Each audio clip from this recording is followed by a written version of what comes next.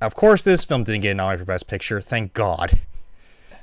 The one that is probably of equal value of the second worst Pixar film, but still is my girlfriend, the Nittick's favorite Pixar film, which is surprising. Probably because she's a redhead, Merida's a redhead. Not naturally, but yes. I guess. I whatever. Anyway, Brave, a.k.a. SIW. That's my only guess. SIW? You know. Yeah. What is SIW? Strong Independent Woman? There you go. I was gonna not say it, but okay. Hey, yep, there you go. Maybe that's all I could think of. She is a strong independent woman, but I don't know what that's. I'm aware.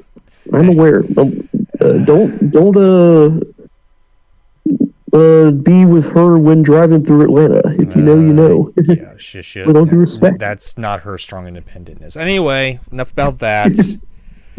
Talking about Brave. Yes, that's right. So, a little bit of history behind this film, real quick.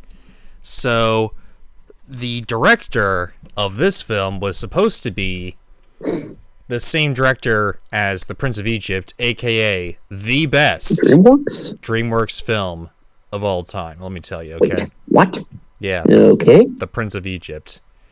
And apparently she was a woman, which doesn't necessarily matter, but whatever. Anyway, she was going to direct this film, but disgraced animator and director John Lasseter decided to fire her after having a bunch of production issues because he wanted it done his way, but she wanted it done probably the correct way. Oh, roasted anyway. Oh, in your face one.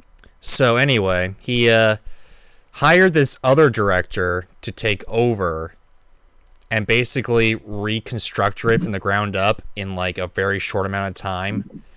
And basically, okay, I'm going to just give you, I'm just going to do an experiment here, okay? Sure. So do you know what Brave's about? All I know is it's something, I think it's medieval, maybe. It is. Something about the red-headed girl that they've kind of made look ugly, in my opinion. And she can shoot a bow and arrow. That's about all I know. Okay, so it's about her kind of taking most of the film is centered around her becoming her own woman and becoming like, independent and all that, right? So it's about her. I see. Very, very short before we actually get into it. It's about her kind of finding her own path and all that because she's supposed to get this suitor or whatever in Scotland. And like she's the Princess of Scotland or something. And she's trying to they're trying to find a suitor / person to marry this person, like Merida and all that, but she defies her mother, and her mother really, really wants her to like conform to modern society and all that type of stuff. So, knowing that description, makes a lot of sense. Knowing that description, do you think that this movie is about gender? Yes or no? Yes. Somehow I feel guess what it's going to be a no. It is yes. That is correct. Oh, cool. Nice. I mean, it was kind of obvious. But the director of this film constantly came out and said that this film was not about gender, which is just, if you watch the film, that is absolutely not the case. I mean, holy poop in the bowl, man. Like, I could tell that from the damn trailers on Disney Channel. Exactly. Okay, come on now. Kind folks. Like, you gotta be plopping me. Like, kind folks. But anyway, so, long story, short story, Merida is a princess of Scotland. She's doing her thing.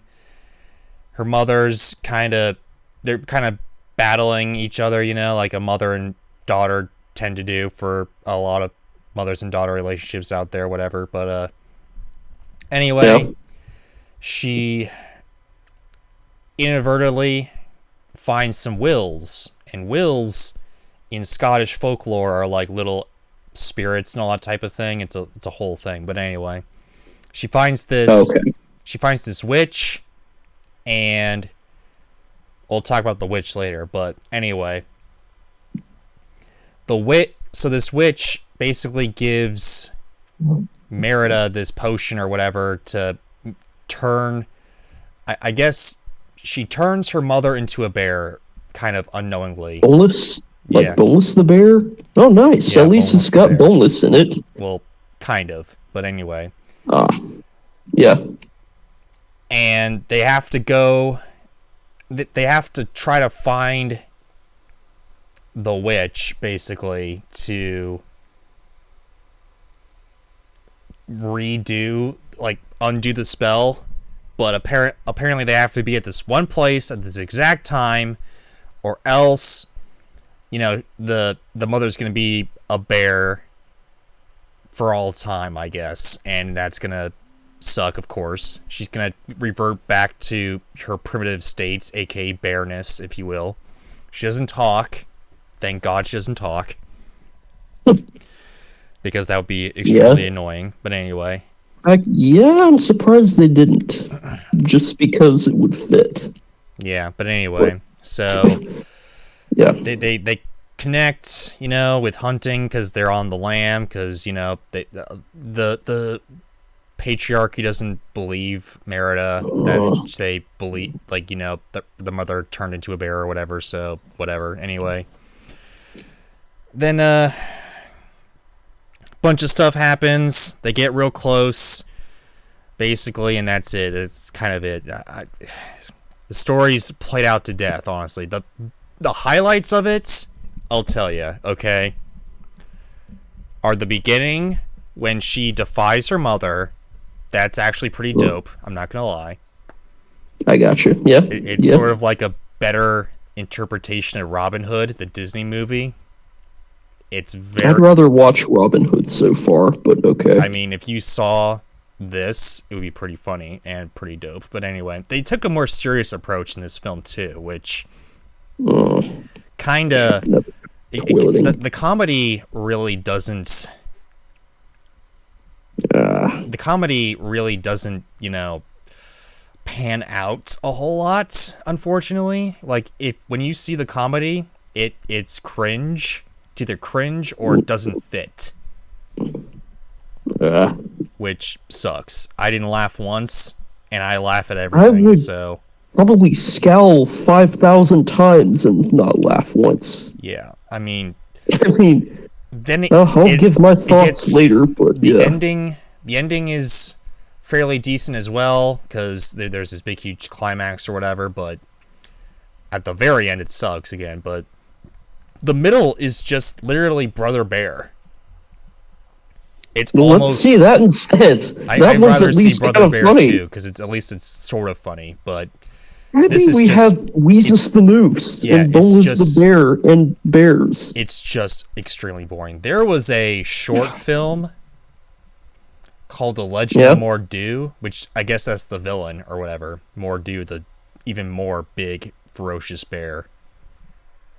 Yeah. There was this little short film that they did. Pixar loves to do short films based on their films as well, not just original short films, but sometimes not recently, which is very disappointing, but films at least in the past, previously Incredibles 2, pre-Incredibles 2, I guess, they put together some short films based on their films, and the short film that accompanied this film was called The Legend of Mor'du, and it was basically in 2D, and it was about Mor'du being this big gothic,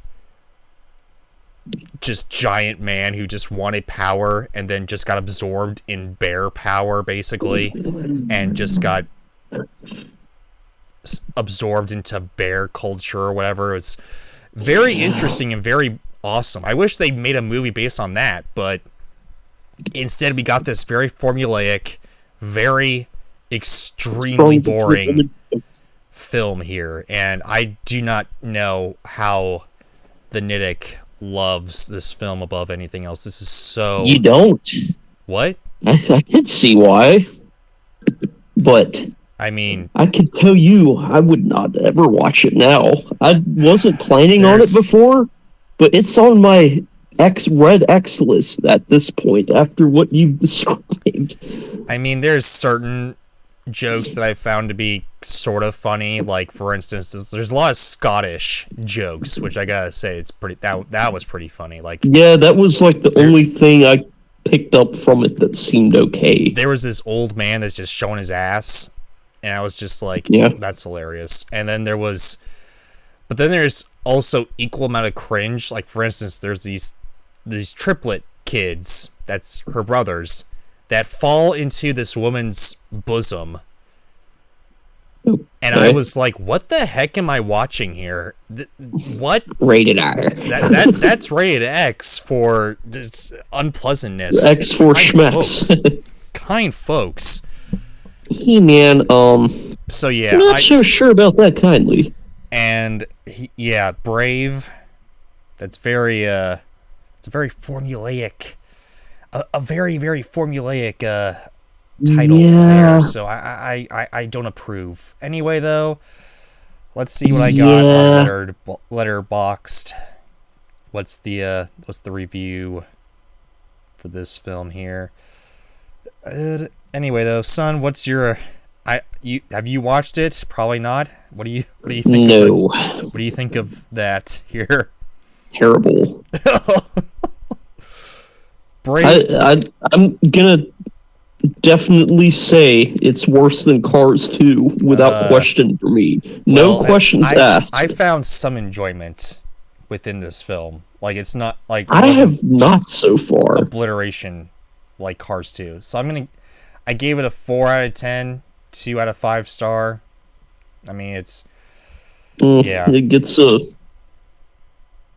I'll give it a 3, but that's mainly a personalized opinion. You can't necessarily rate it because you haven't watched it. Anyway, though. That's my my Sypnosis based rating, I guess. You could put it that way. Anyway.